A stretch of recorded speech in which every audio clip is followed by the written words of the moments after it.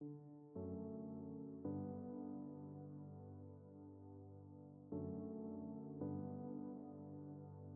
irmãos, muito bom dia. Como vocês estão? Graça e paz. Vamos dar início ao nosso devocional. Nós estaremos agora no episódio 2, a partir do verso 5, onde nós vamos meditar um pouco sobre as acusações que foram feitas pelo advogado Tértulo contra Paulo. Isso diz assim: verificamos que este homem é um perturbador que promove tumultos entre os judeus pelo mundo todo. Ele é o principal cabeça da seita dos nazarenos e tentou até mesmo profanar o templo. Então o prendemos e quisemos julgá-lo segundo a nossa lei. Mas o comandante Lísias interveio e com muita força o arrebatou de nossas mãos e ordenou que os seus acusadores se apresentassem.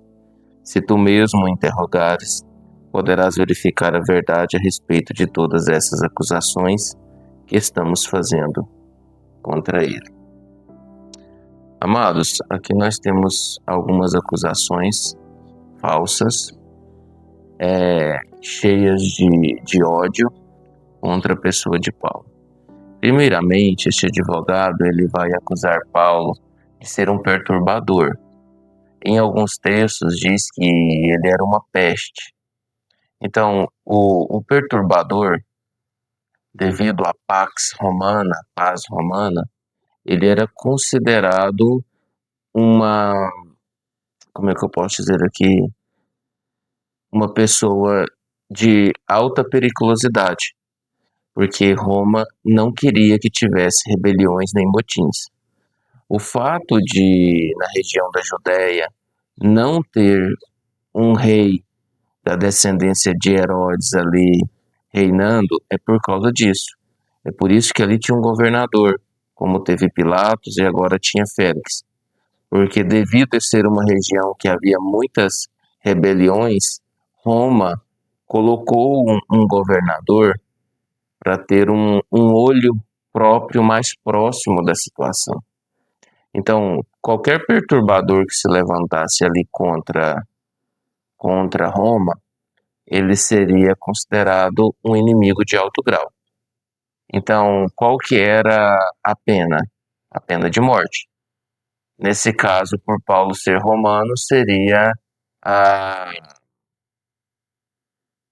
o corte, como é que eu posso dizer aqui? Seria decapitado, né? No caso, ele seria decapitado. Já a outra acusação é que ele causava tumultos no meio do povo judeu, no meio da cultura e da religião judaica. E não era apenas na Judéia, era em todo o mundo.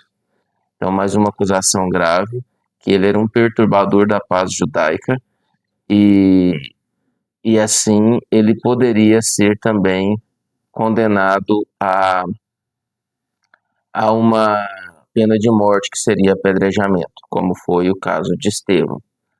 E a terceira acusação é que ele estava profanando o templo, no qual ele tentou introduzir no templo um grego, que no caso era Trófimo, que era um dos seus acompanhantes na comitiva quando eles estavam trazendo as ofertas para a região da Judéia.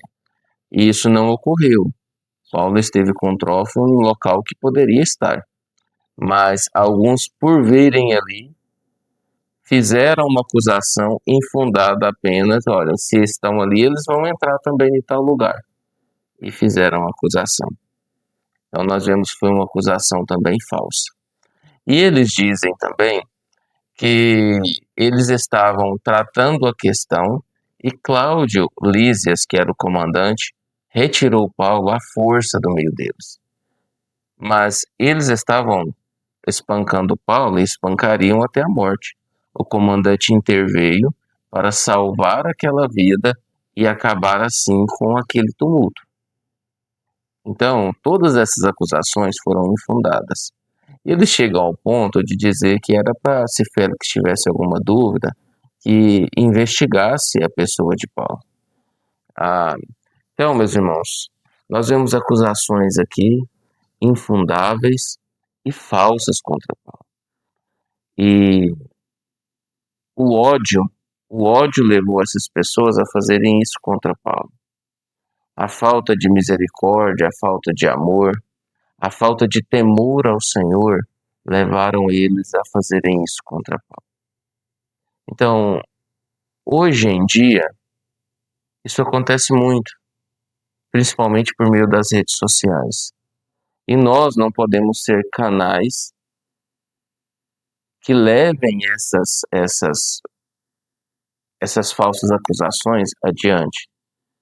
Nós devemos sim viver uma vida justa, viver uma vida pela justiça de Deus, pela misericórdia de Deus, pelo amor de Deus, pela a comunhão com o Senhor, mas prezando sim pela verdade. E a verdade deve prevalecer. Portanto, nós não podemos nem criar, nem ser canais disso. Deixa isto para as pessoas que não temem ao Senhor. Deixa isso para as pessoas que não querem ter uma vida de paz. Porque quando eles se levantarem para fazer isso contra pessoas honestas, como eles estão fazendo com Paulo, a Bíblia fala que o Senhor será o nosso juiz. Que o Senhor tratará por nós dessas questões. E nós devemos esperar, orar ao Senhor e esperar que o Senhor trate dessas questões. Então, essa é a nossa realidade. E a nossa realidade, ela deve ser aplicada em nossa vida prática. Porque nós somos guardados e protegidos pelo Senhor. Nós devemos assim viver. Que Deus abençoe, que Deus lhe dê um excelente dia. Oremos. Pai, em nome de Jesus, que a Tua palavra seja aplicada em nós, que nós venhamos viver o Senhor com temor, com tremor e com verdade. Ora ao Senhor agradecido, no nome santo de Jesus Cristo. Amém. Meus irmãos, um abraço fraterno para todos vocês, no nome santo de Jesus Cristo.